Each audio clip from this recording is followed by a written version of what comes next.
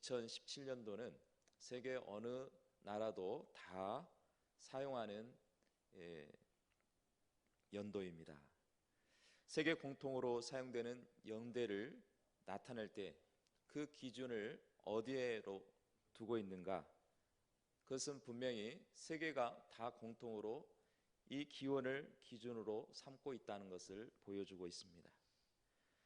그 기준은 바로 예수님이 태어난 그 해를 기준으로 해서 태어나기 전을 BC라, 그리고 예수님이 태어난 이후의 세대를 AD라 이렇게 표기를 합니다. 그래서 서기 2017년 때로는 AD 2017 이렇게 사용을 하게 된 것입니다.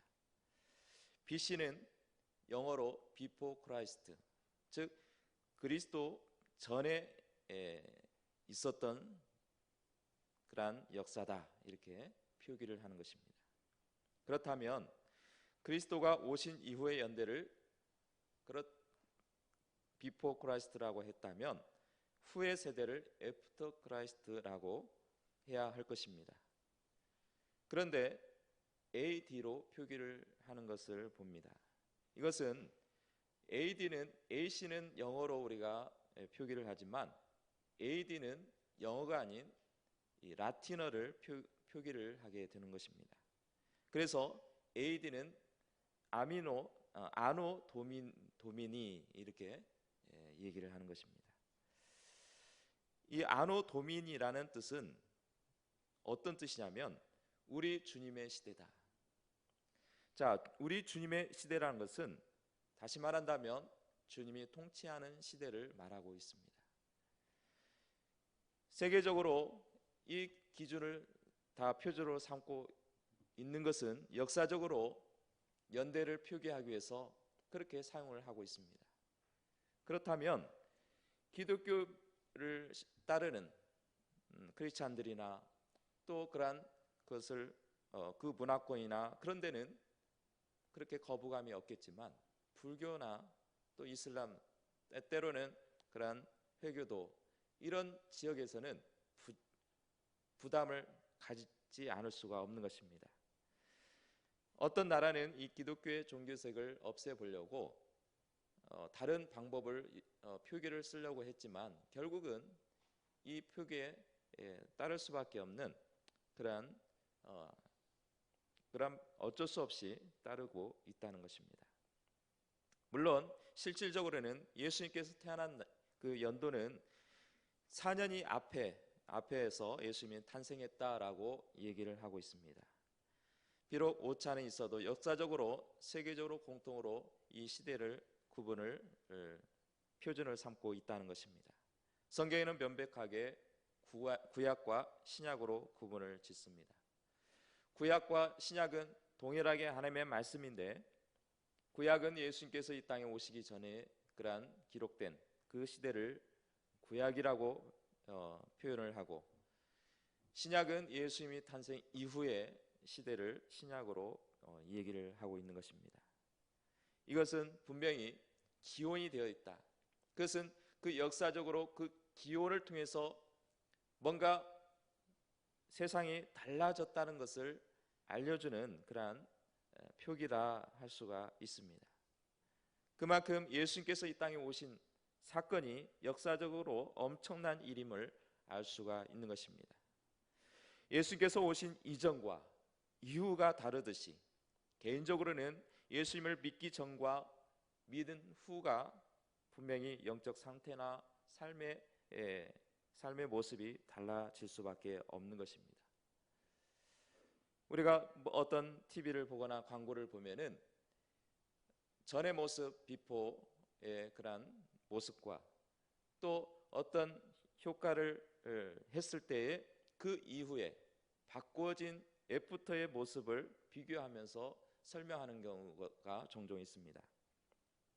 그런데 전과 똑같다거나 아니면 전보다 더 못한다면 그 비교 자체가 의미가 없는 것입니다. 분명히 더 호전이 되고 더 좋아졌기 때문에 비교해서 이렇게 효능이 있고 이렇게 좋은 제품이니까 믿고 써봐라. 그렇게 선전을 하는 것입니다. 개인의 신앙 간증은 때로는 어렵게 느껴질 때가 있습니다. 보통 간증하면은 뭐 특별한 기적이 일어나거나 죽을 병에 걸렸는데 병의 고침을 받았거나 아니면 전도를 그렇게 많이 어떤 사람 많이 했는데도 특별히 효과가 없는데 어떤 사람은 많은 사람을 전도해서 교회로 데려왔다거나 그런 어떤 간증거리가 있어야만 어떤 표적이 나타나야만 간증을 할 수 있다라고 생각을 하는 경우가 있습니다. 그러나 가장 기적적인 사건은 그런 것만 기적적인 사건이 아니라 바로 내가 예수님을 믿기 전 상태와 또 예수 그리스도를 내가 마음속에 모신 이후의 삶이 달라졌다는 것입니다. 또한 영적으로 놀라운 역사가 내 안에서 이루어졌다는 것입니다. 오늘 우리는 사람들에게 간증을 하거나 또 예수님을 자랑할 때에 정말 내 자신을 볼 때는 자랑할 것이 없다라고 생각할 수 있겠지만 그러나 나는 예수 그리스도를 통해서 새로운 삶을 살게 되었습니다. 예수 그리스도를 통해서 내가 죽어야 마땅한 그러한 죄인이었는데 이제는 나는 죄인이 아닙니다. 이건 엄청난 내 안에서 일어난 놀라운 기적입니다. 이런 간증이 저와 여러분들의 입술을 통해서 나타나시기를 축복합니다. 예수님이 함께 하신다는 사실, 이것이 바로 내가 증거하는 간증인 것입니다. 어떤 소녀가 예수를 믿고 세례를 받게 되었습니다. 그래서 목사님이 이 소녀에게 질문을 했습니다. 너는 예수 믿고 나서 죄를 범하고 있니? 네, 가끔 죄를 범하고 있습니다. 그렇다면 예수 믿기 전과 지금 무슨 차이가 있니? 그렇게 질문을 했다는 것입니다. 그랬더니 이 소녀가 이렇게 대답을 합니다. 전에는 죄를 쫓아다녔습니다. 그러나 내가 예수 믿고 나서는 죄가 나를 따라오면 저는 죄를 피하려고 도망쳐 나오고 있습니다. 이건 엄청난 변화라는 것입니다. 죄를 완전히 벗어나는 것은 아니지만 여전히 죄가 도사리고 있고 언제든지 죄를 지을 수 있는 환경이지만 그러나 죄를 멀리하고 있다는 것입니다. 죄에서 거리낌을 느끼고 이렇게 해서는 안 되는구나. 내가 예수 믿고 난 이후에 내가 예수 믿는 사람으로서 이렇게 해서는 안 되겠다라는 그런 마음을 가지고 그 죄에서 나를 달라붙으려고 하면 거기서 벗어나려고 하는 그러한 뭔가 내 자신의 달라진 모습이 나타나게 된다는 것입니다. 영국인 조지 물러는 우리가 잘 아는 유명한 목사님이십니다. 고아들을 그렇게 수많은 고아들을 돌봤고 또 5만 번이라는 그러한 하나님의 응답을 받았다라는 책자를 쓰신 분이 바로 조지 물러라는 목사님입니다. 그런데 처음부터 조지 물러는 그렇게 성실하고 고아를 돌보고 또 그렇게 경건한 사람이 아니었다라는 것입니다. 젊었을 때는 남의 물건 훔치기를 좋아하는 아주 험악한 삶을 살았다는 것입니다. 그러나 예수님을 믿은 후에는 자기 재산을 다 털어서 고아들에게 먹이는 일을 했고 또한 고아들을 살피는 그런 지도자를 많이 배출하는 사람이 되었다라는 것입니다. 일반적으로 그 사람의 업적과 또 나타나는 선행을 통해서만이 볼 수 있는 것이 아니라 그 사람이 어떤 목적을 가지고 살아가며 또 주님을 의지하려는 마음에 따라 변화를 볼 수 있어야 한다는 것입니다. 우리의 변화도 눈에 나타나야만 뭔가 또 유별나야만 변화라고 생각합니다. 그러나 우리 안에는 엄청난 변화의 역사를 이해하지 못한다면 결코 AD, 즉 주님이 통치하는 삶을 살지 못하고 여전히 BC, 다시 말한다면 예수님의 이전의 삶을 살아가고 있지 않습니까? 우리는 우리 안에서 예수 그리스도를 통해서 놀라운 변화를 일으켰고, 또한 우리 안에서 지금도 예수님 안에서 새로운 삶을 살아가야 될 줄로 믿습니다. 복음성가 중에 해같이 빛나리라는 김석균 씨가 작사 작곡한 노래가 있습니다. 당신의 그 섬김이 전국에서 해같이 빛나리, 당신의 그 겸손이 전국에서 해같이 빛나리,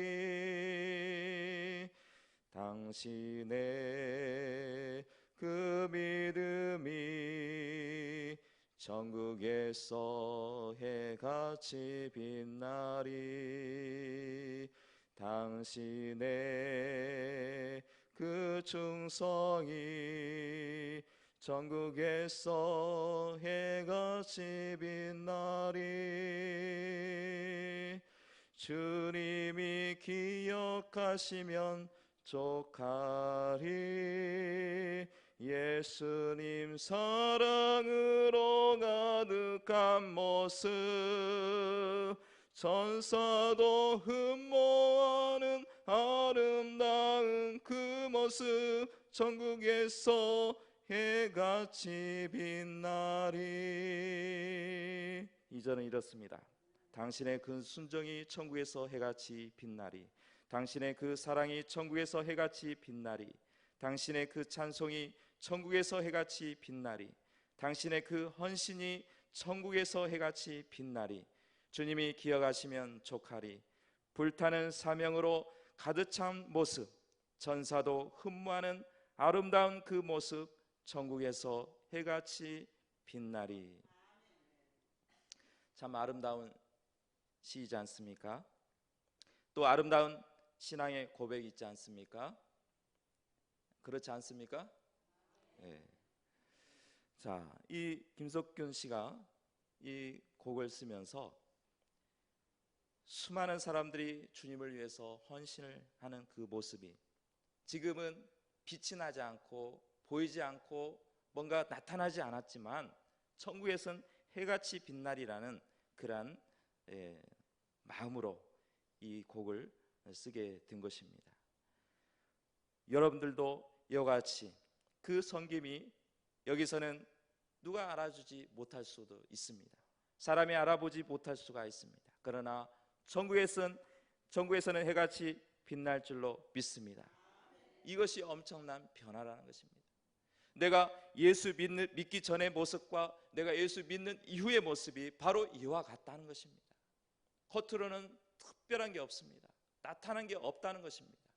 그런데 예수 믿기 전에는 지옥의 자식이었지만 예수 믿고 난 이후에는 그런 지옥의 자식이 아니라 천국의 백성이고 하나님의 자녀가 된 줄로 믿습니다.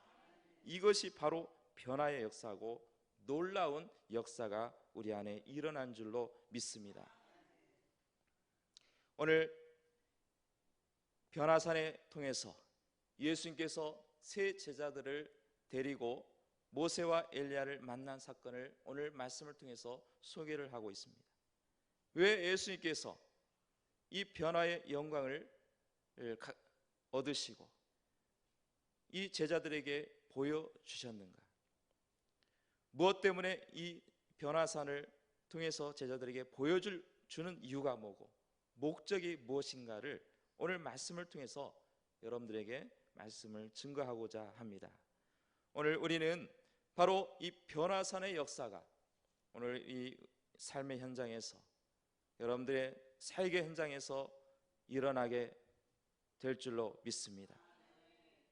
예수 그리스도께서 고난의 길을 들어가시기 전에 하나님의 영광이 나타나 얼굴이 해같이 빛나신 이를 보면서 그 산의 이름이 변화산이다 이렇게 불려지게 된 것입니다. 그 변화산이 어디에 어떤 산인지는 구체적으로 나와 있지 않지만 그 높은 산에 있고 분명히 그 산에 통해서 예수님께서 변화되었던 모습을 보여주고 있다는 것입니다. 당시 유대인들의 생각에는 바로 메시아는 그리스도의 모습은 모세와 엘리야와 같은 선지자의 모습일 것이다 라고 생각을 했던 것입니다. 왜냐하면 아직까지 메시아가 나타나지 않았기 때문에 그 전 모델이 모세를 생각하게 되었고 엘리야를 생각하게 된 것입니다. 모세는 시내산에서 40일 동안 40주 40야를 하나님을 대면해서 율법을 받았습니다. 그 율법을 받으면서 먹지도 마시지도 않았다. 물론 그것은 인간적으로 할 수 있는 것이 아닙니다. 분명 하나님께서 능력을 주셨고 하나님께서 그 생명을 보존케 하셨기 때문에 그렇게 견딜 수 있었을 것입니다. 모세는 하나님을 만나면서 얼굴이 광채가 났습니다.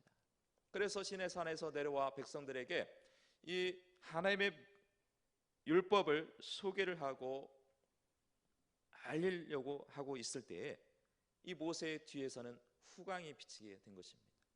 이스라엘 백성들은 이 모세의 머리에서 나타나는 빛나는 후광을 보면서 그것만 관심을 갖게 된 것입니다. 모세가 하나님께 받은 그 율법에는 관심이 없고 모세의 얼굴에서 나타나는 그 빛난 그 광채에 눈이 가게 된 것입니다. 그래서 이 모세는 자신의 얼굴을 수건으로 가려버립니다.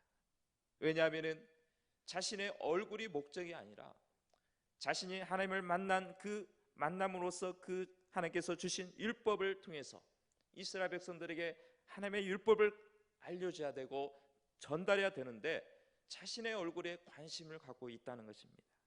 그래서 이 출애굽기 34장 35절에 이렇게 말씀을 하고 있습니다. 이스라엘 자손이 모세의 얼굴의 광채를 보므로 모세가 여호와께 말하러 들어가기까지 다시 수건으로 자기 얼굴을 가렸더라. 이렇게 말씀을 하고 있는 것입니다. 하나님께 가기까지는 자기 얼굴을 가려버렸다라는 것입니다. 마태복음에서 마태는 예수께서 모세와 같은 높은 산에서 변형되신 것을 강조하고 있는 것입니다. 그리고 변형되신 예수님께서는 모세와 엘리야와 대화를 나누시고 있습니다. 구약에는 수많은 하나님의 사람들이 기록이 되어 있습니다. 그 중에 대표적인 모세와 엘리야만 나와 있다는 것입니다. 위대한 인물들이 많이 있지만 구약의 대표적인 인물로 모세와 엘리야가 등장을 하고 있는 것입니다. 그것은 모세가 율법을 받은 사람이었기 때문에 또 엘리야는 선지자의 대표적인 인물이었기 때문에 예수님 앞에 나타나게 된 것입니다. 구약에도 메시아에 대해서 예언을 하고 있습니다. 신명기 18장 15절에 보면은 내 하나님 여호와께서 너희 가운데 내 형제 중에서 너를 위하여 나와 같은 선지자 하나를 일으키시리니 너희는 그의 말을 들을지니라. 모세가 자신과 같은 그러한 지도자가 앞으로 선지자가 나타날 텐데 너희는 그의 말을 들을지어다. 이미 신명기를 통해서 장차 나타날 메시아를 염두에 두고 모세가 백성들에게 말을 하고 있는 것입니다. 또 말라기야 4장 5절에 보면 보라 여호와의 크고 두려운 날이 이르기 전에 내가 선지자 엘리야를 너에게 보내리니 라는 말씀을 맺고 있는 것입니다. 엘리야와 같은 선지자를 보내주겠다는 것입니다. 이미 예수님께서 오시기 400년 즉 마지막 말라기 선지자를 통해서 예언되어져 있다는 것입니다. 이처럼 모세와 엘리야를 통해서 예수님을 만나게 한 것은 바로 예수님이 장차 오신 바로 모세와 같은 인물이고 엘리야와 같은 그러한 진짜 메시아가 이곳에 있다라는 것을 보여주고 증거해 주고 있다는 것입니다. 그렇다면 두 사람과 예수님께서 무슨 대화를 나누었는지 구체적으로 우리가 한번 보려고 합니다. 오늘 본문에서는 소개되어 있지 않습니다. 단지 대화를 나눴다 그런 정도에서 멈추고 있습니다. 그런데 누가복음 9장 32절에 보면은 간략하게 소개를 하고 있습니다. 무슨 대화를 나누었는지는 이 누가복음 9장 31절에 이렇게 나와 있습니다. 영광 중에 나타나서 장차 예수께서 예루살렘에서 별세하실 것을 말할세라는 말씀을 남기고 있습니다. 영광 중에 나타났는데 장차 예수께서 예루살렘에서 별세하실 것입니다. 이렇게 대화를 나눈 것입니다. 자, 예수께서 장차 엘리야처럼 불말과 불병거를 가지고 나타나서 이 땅을 휘어잡아 괴롭히고 못되게 구는 자들을 심판한다거나 예루살렘에 입성하여 왕으로 등극하여 한다는 소식을 나눌 것으로 아마 제자들은 기대했을지도 모릅니다. 그런데 그와는 정반대로 예루살렘에 오셔서 오히려 거기서 돌아가시겠다, 별세가 될 것이다라는 그러한 엄청난 이야기를 듣고 있는 것입니다. 이 별세하니까 생각나는 분이 있습니다. 고 이중표 목사님께서 별세 신학을 신학이라는 말을 많이 하게 되었습니다. 예수와 함께 죽고 예수와 함께 살아가는 것이 주요 골자입니다. 우리는 보통 신학하면은 복잡하게 생각합니다. 막 논리적으로 설명해야 되고, 신학하면은 뭔가 엄청난 그런 신학이 나와야 되는데, 이 별세 신학은 너무나 단순하고 너무나 간단합니다. 그런데 거기에는 핵심이 담겨져 있다는 것입니다. 살아있으나 죽어있는 삶을 살아가라는 것입니다. 여러분들은 호흡을 하고 있고 걸어 다니고 있고 또한 활동을 하고 있습니다. 그런데 살아있지만 죽어있는 삶을 살아가라는 것입니다. 어찌 내가 살고 있는데 어떻게 죽어서 살아갈 수 있습니까? 결코 쉬운 일이 아닙니다. 여전히 내가 살아있고 내가 주장하고 내가 모든 것을 하려고 하는 것이 나의 모습이기 때문입니다. 마치 내가 아니면 할 수 없다는 생각을 버리라는 것입니다. 내가 아니어도 주님이 하십니다 라는 마음을 가지고 주님 앞에 맡기는 신앙이 바로 별세 신앙이라고 말씀을 하고 있는 것입니다. 여러분들 밭에 가서 방금 뽑은 배추를 보면은 어떻게 생겼습니까? 그걸 가지고 바로 김치를 담을 수 있습니까? 그것을 꺾어버리면 툭 하고 뻣뻣한 그런 배추를 볼 수가 있습니다. 그래서 그 자체로는 바로 김치를 담을 수가 없습니다. 그래서 물에 담그다가 거기다가 소금을 막 듬뿍 뿌리게 됩니다. 그러면 이게 이제 하루를 지나면 어떻게 변하냐면 숨이 죽습니다. 그리고 나서 아침에 그것을 물을 다 버리고 거기다가 깨끗한 물로 씻어가지고 건져 물을 빼게 되면 어느새 그렇게 뻣뻣한 배추가 부들부들해지고 또 거기에다가 양념을 묻히게 되면 바로 맛있는 김치가 되어 버리는 것입니다. 우리는 주님 안에서 숨이 죽어야 합니다. 주님 안에서 내 고집이, 내 아집이, 욕심을 주님 앞에 십자가에 못 박히고 숨이 죽어 있을 때 야들해지고 언제든지 하나님께서 주님께서 말씀하신 그 말씀을 통해서 우리는 놀라운 그런 말씀을 받아들이는 그런 상태가 되어질 것입니다. 그 위대한 두 지도자와 변형된 예수님의 대화는 예루살렘에서 붙잡혀서 별세하시겠다는 말씀만 나누고 있는 것입니다. 그러나 거기에는 위대한 역사를 논하고 있는 것입니다. 주님이 죽으셔야 위대한 부활이 있기 때문입니다. 만약에 예수님께서 죽지 아니하시면 부활이라는 존재가 있을 수가 없다는 것입니다. 그리고 거기에는 우리의 죄를 용서받는 유일한 길이 있기 때문입니다. 예수님이 죽으셔야 우리가 죄에서 용서받을 수 있는 그런 유일한 소망이 생기게 되는 것입니다. 만약에 예수님께서 하나님의 아들이시니까 예루살렘에 당연히 들어가셔야 되고 왕으로 등극해야 되신다고 한다면, 그렇게 해서 별세를 하지 않으신다면 모세도 엘리야도 소용이 없는 존재가 되고 말 것입니다. 아무리 위대한 모세라 할지라도, 아무리 위대한 엘리야라 할지라도 예수님이 죽지 아니하신다면 모세도 필요 없는, 아무런 소용이 없고 엘리야도 소용이 없는 존재가 되고 만다는 것입니다. 그래서 그들도 오직 예수님께서 십자가에 죽는 날까지 고대하고 기다려 왔다는 것입니다. 그러니 이 모세와 엘리야가 다른 말이 필요 없는 거예요. 오직 예수님께서 예루살렘에서 그 영광의 십자가를 짊어지게 될 것입니다. 우리는 그것을 위해서 기도할 것이고 우리는 그걸 위해서 고대하고 있을 것입니다. 얼마나 간절한 마음으로 예수님 앞에 그렇게 대화를 나누고 있겠습니까? 그 이전에는 16장에 보면은 베드로가 신앙 고백을 합니다. 그 위대한 신앙 고백을 합니다. 또 그 이후에 예수님의 순환을 예고한 바가 있습니다. 예수님께서 장차 십자가의 고난을 받고 십자가에 짊어지게 될 것이고 그 다음에 부활할 것이고 또 앞으로 도래할 심판에 대해서 설명을 하게 됩니다. 그리고 며칠이 지나면 지금 예수께서는 자신의 부활과 신적 영광을 예고하고 계시는 것입니다.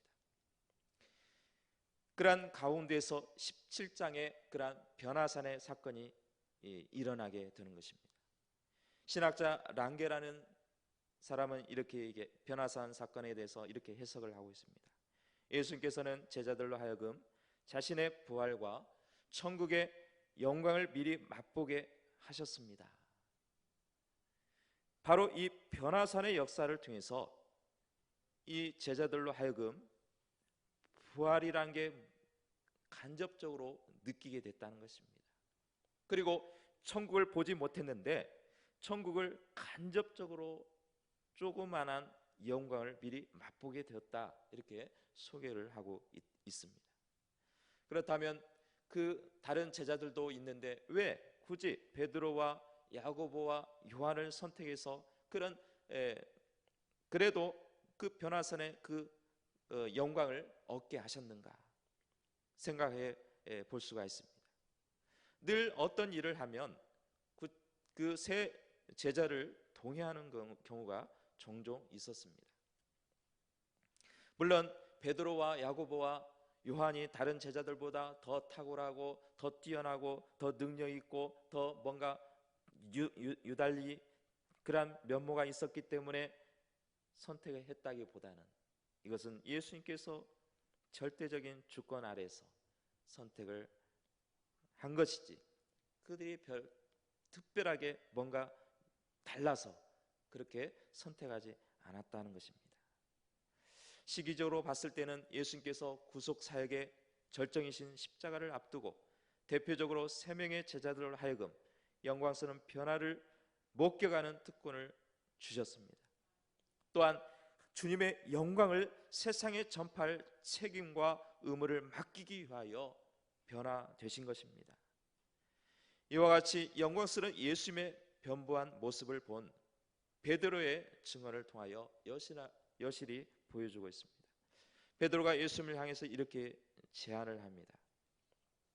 주여, 우리가 여기 있는 것이 좋사오니 만일 주께서 원하신다면 내가 여기서 초막셋을 짓겠나이다. 하나는 주님을 위해서, 하나는 모세를 위하여, 하나는 엘리야를 위하여 짓겠나이다. 이렇게 엽주게 됩니다. 이런 제안은 계속은 머물지 못할지라도 잠시라도 이런 영화로운 모습을 계속해서 지켜보면서 머물고 싶은 그런 간절한 소망을 아뢰고 있는 것입니다. 얼마나 황홀했으면 초막이라도 지어서 더 있고 싶고 더 바라보고 싶고 더 함께하고 싶은 그런 마음이 드러내 보이고 있다는 것입니다. 말로만 들었던 모세, 엘리야를 면전에서 보고 있는 것입니다. 그것도 그 옷이 희기가 너무 희어서 눈이 부셔 직접 바라보기 힘들 정도로 그렇게 환한 모습을 아마 난생 처음 봤을 것입니다. 얼마나 황홀했겠습니까? 얼마나 그러한 모습이 너무나 빠져 있어서 그런 말을 하고 있겠습니까? 여러분들이 뭔가 특별한 그런 것을 보면은 특별한 사람을 만났을 때 어떻습니까? 더 같이 앉고 싶고, 더 손이라도 한번 더 잡고 싶고, 더 함께 하고 싶은 게 바로 우리 인간의 마음입니다. 바로 이 베드로가 그런 마음을 갖고 있는 것입니다. 거기를 떠나고 싶지 않는 겁니다. 조금이라도 더 보고 싶고, 더 거기에 머물고 싶어 하는 그러한 심정을 나타내 주고 있는 것입니다. 이때 하늘에서 호련히 빛난 구름이 나타나서 구름 속에서 소리가 나는 것입니다. 이는 내 사랑하는 아들이요 내 기뻐하는 자니 너희는 그의 말을 들으라 라고 하늘에서 소리가 들리는 것입니다. 사실은 모세나 엘리야가 위대한 것이 아니라 거기에 함께 있었고 3년 동안 같이 동행했고 같이 동고동락을 했던 그 예수님이 바로 주인공이라는 것입니다. 아마 평소에는 아무 생각 없이 대했던 분이셨고, 또 사랑하는 스승이었고, 보호자이셨고, 자신들을 돌봐주는 그런 분 정도 아마 생각하지 않았겠습니까? 심지어 주님께서 제자들 향해서 너희는 나를 누구라 하느냐? 너희들은 3년 동안 지금 나와 함께 있었는데 너희들은 나를 어떤 사람으로 보고 있느냐라고 질문을 합니다. 이 질문에 어떤 제자도 선뜻 대답하지 못합니다. 그런데 베드로가 갑자기 대답을 하기를 주는 그리스도시요 살아계신 하나님의 아들이십니다 라고 대답을 함으로써 겨우 제자들의 체면을 조금 세워두었던 것입니다. 아마 다른 제자들은 속으로 하나님의 아들이라고 인정했을지 모르지만 말로 표현하기가 쉽지 않다는 것입니다. 어려웠던 것입니다. 그런데 이 변화산에서 하늘에서 소리가 나기를, 하늘에서 큰 소리가 나는데 제자들이 너무 놀랬던 것입니다. 너무 깜짝 놀랐던 것입니다. 엎드려서 벌벌 떨고 있습니다. 도대체 이 하늘에서 들리는 음성, 하나님의 음성으로 들려지는데 너무나 무서웠던 겁니다.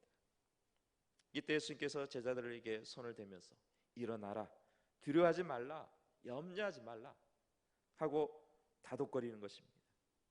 제자들은 그 말을 듣고 눈을 떠보니까, 고개를 들어보니까 모세도 엘리야도 사라져 버렸습니다. 오직 예수님만 그 자리에 남아 계셨습니다. 예전의 모습으로 자신들의 앞에 보여 있었던 것입니다. 그 황홀했던 모습은 어느새 사라져 버렸고 오직 예수님만 남은 것입니다. 그리고 남는 것은 예루살렘에서 별세하시겠다는 앞으로 일어날 무거운 일만 기다리고 있었던 것입니다. 그렇지만 변화산에서 있었던 일은 결코 잊을 수가 없습니다. 변화산의 역사를 통하여 베드로와 야고보와 요한은 신비한 체험으로 교훈을 얻게 된 것입니다. 장차 주님께서 본인들도 예수님처럼 변형된 신령한 모습으로 변형될 것이라는 확신을 갖게 된 것입니다. 전에는 추상적으로 생각했습니다. 아마 예수님이나 제자들도 예수님을 따르게 되면 아마 좋은 모습으로 변화될 거야, 그런 추상적으로 생각했지만 이 세 제자는 분명히 봤다는 것입니다. 신령한 모습으로 변형된 모습을 봤기 때문에 그래도 분명히 이런 모습으로 바뀌어질 거라는 그러한 확신을 얻게 된 것입니다. 그리고 지금까지는 모세와 엘리야 같은 인물을 동경했었습니다. 그러나 이제는 모세와 엘리야를 동경한 것이 아니라 오직 예수님만 동경의 대상이 되어 버리게 된 것입니다. 또한 하늘에서 들린 하나님의 음성을 통하여 확실히 예수님께서 아들이심을 들었고 오직 예수님을 따라가야 생명이 있음을 확신할 수가 있었습니다. 바로 베드로와 야고보와 요한은 변화산에서 단순히 모세와 엘리야와 예수님이 대화하는 장면만 보는 것으로 만족한 것이 아니라 거기는 세 가지의 놀라운 그러한 변화의 역사, 또한 그러한 확신의 역사가 일어나게 되었던 것입니다. 그러나 우리는 어떻습니까? 여러분들 변화산의 체험을 했습니까? 구름 속에서 하늘에서 음성을 들었습니까? 아마 여기서 들은 분은 한 사람도 없을 것입니다. 저도 이 세 제자처럼 변화산의 체험도 한 것도 아니고 구름 속에서 하늘의 음성을 들은 것도 결코 아닙니다. 목격하지도 못했습니다. 그런데도 우리는 예수님이 하나님의 아들임을 인정하는 것을 저는 인정을 하고 여러분도 인정할 줄로 믿습니다. 오직 예수님만이 생명의 길임을 받아들일 수 있습니다. 이것이 기적이라는 것입니다. 병자가 일어나고 앉은 배가 일어나는 그것이 기적, 그런 것만 기적이 아니라 내 안에서 하나님을 인정하고 하나님의 아들을 인정하고 예수님을 인정하고 또 예수님을 통해서 우리가 생명을 얻었다는 그 사실을 인정할 수 있었다는 것은 놀라운 기적의 역사가 일어나고 또한 놀라운 변화산의 체험의 역사가 지금 우리 안에서 일어난 줄로 믿습니다. 이제는 변화산의 변화만이 변화가 아니라 우리의 삶의 태도가 달라져야 되고 모습이 변화되어야 하는 것입니다.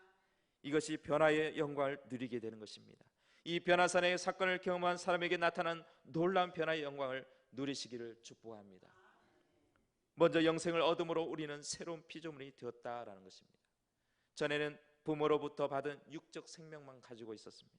그러나 영혼이 죽어 있었습니다.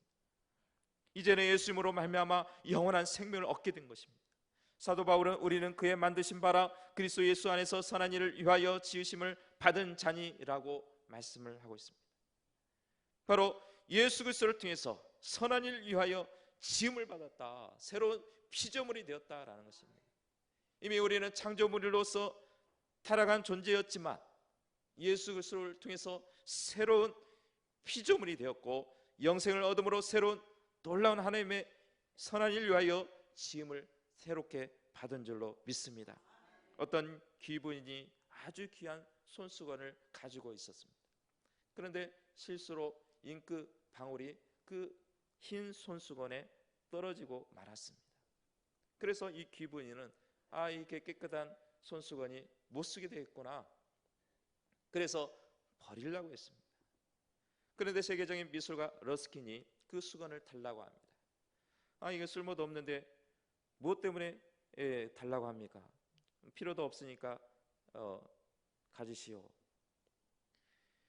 그런데 이 러스킨이 붓을 들더만 그 떨어진 잉크 자국을 중심으로 해서 그림을 그리기 시작했습니다. 너무나 이 러스킨이 최대의 실력을 가지고 그림을 그렸는데 나중에 보니까 그 잉크 자국이 놀라운 그림으로 변화가 되었다라는 것입니다. 그래서 세계에서 하나밖에 없는 그러한 수건이 수제 수건이 되었고 위대한 작품이 되어서 오히려 전보다 더 귀중한 손수건이 되었던 것입니다. 무가치한 손수건이 러스킨의 손길이 되자마자 엄청나게 귀한 미술품이 된 것처럼 나의 죄로 얼룩져 버린 쓸모없는 나를 예수 그리스도의 보혈의 피로 말미암아 새로운 하나님의 걸작품이 되어진 줄로 믿습니다. 우리는 예수 그리스도 손의 손길을 통해서 우리는 쓸모없는 존재였지만 죄로 인해서 버려져야 될 그러한 존재였지만 예수님의 손에 이끌려서 보혈의 피로 오히려 새로운 하나님의 걸작품이 되어져 있는 것입니다. 또한 우리는 새로운 성품을 갖게 되었습니다. 우리는 예수님을 만나기 전에는 죄성밖에 없었습니다. 그저 마귀가 시킨 대로 따라야 됐고 마귀가 시킨 대로 우리는 조정을 받게 되었지만 이제는 신의 성품에 참여한 바가 되었다라는 것입니다. 바로 예수님을 닮아가는 예수님의 성품을 닮아가게 되었다라고 말씀을 하고 있는 것입니다. 오늘 우리는 성품을 예수님의 성품으로 닮아가야 됩니다. 예수님의 마음을 닮아가야 됩니다. 이제는 성령으로 새로운 마음이 생기게 되었습니다. 예수겔 선지자를 통해서 새 영을 너희에게 두고 새 마음을 너희에게 주되 너희 육신에게 굳은 마음을 제하고 부드러운 마음을 줄 것이라. 내 안에서 굳어져 버렸는 그 마음을 재버렸습니다. 그리고 부들부들한 마음을 주었다는 것입니다. 바로 새로운 영, 성령으로 말미암아 우리 마음이 부드러워졌고 온유해졌고 또한 부들부들해서 하나님의 그러한 귀한 그러한 마음으로 바뀌어지게 되었다라는 것입니다. 또한 우리는 새로운 관계가 형성이 되었습니다. 요한복음 1장 12절 말씀에 보면은 영접하는 자 곧 그 이름을 믿는 자들에게는 하나님의 자녀가 되는 권세를 주셨으니, 바로 하나님과 우리는 원수지간이었지만 이제는 예수 그리스도를 통하여 우리는 하나님의 자녀가 되었고, 우리는 하나님과 함께 기도하고 또한 의지하고 바라보고 하나님과의 관계가 전혀 허물이 없는, 담이 없는 그런 관계가 되어져 있다는 것입니다. 그리고 하나님을 향해서 우리는 아버지라고 부르는 그러한 특권을 얻은 줄로 믿습니다. 우리는 새로운 관계가 되었습니다. 예수 하나님과 새로운 관계가 되었고, 또 우리는 우리 성도들 간에 또 이웃 간에 새로운 관계가 형성이 되어져 가고 있는 것입니다. 또한 다섯째로 새로운 영의 세계를 볼 수 있음으로 말미암아 의와 진리와 거룩함에 동참할 수 있게 되었습니다. 우리는 옛날에는 거짓과 불의와 악에 동참을 했다고 한다면 이제는 새로운 영을 세계를 볼 수 있음으로 말미암아 의와 진리와 거룩함에 동참할 수 있게 된 것입니다. 니고데모는 거듭남을 육으로만 봤습니다. 그래서 모태로 다시 들어갑니까? 이렇게 대답을 하게 된 것입니다. 니고데모는 영의 세계를 보지 못했습니다. 그러나 예수님을 만나고 나서 영의 세계를 보게 되었습니다. 영적인 세계를 보게 되었습니다. 예수님이 십자가에 짊어지기까지 포박을 당하고 모욕을 당하고 핍박을 당하고 곤욕을 당하는 모습을 니고데모는 목격을 했습니다. 그럼에도 불구하고 니고데모는 담대했습니다. 관원장임으로써 니고데모는 두려워하거나 숨거나 거부하거나 그런 것이 아니라 오히려 예수님을 인정하고 오히려 아리마대 요셉과 함께 시신 처리를 할 때 적극적으로 나섰던 사람이 바로 니고데모였습니다. 이것은 니고데모가 영의 세계를 봤기 때문입니다. 의와 진리와 거룩함에 동참할 수 있게 되었다는 것입니다. 오늘 우리는 이와 같이 성령으로 말미암아 우리는 의와 진리와 거룩함에 동참하게 되어지게 된 것입니다. 이 땅에 사는 동안 이 놀라운 변화를 통해서 또한 영적인 영원한 세계를 위하여 신령한 복을 누림으로 변화의 영광을 맛보시기를 주의 이름으로 축복합니다. 기도하겠습니다. 오늘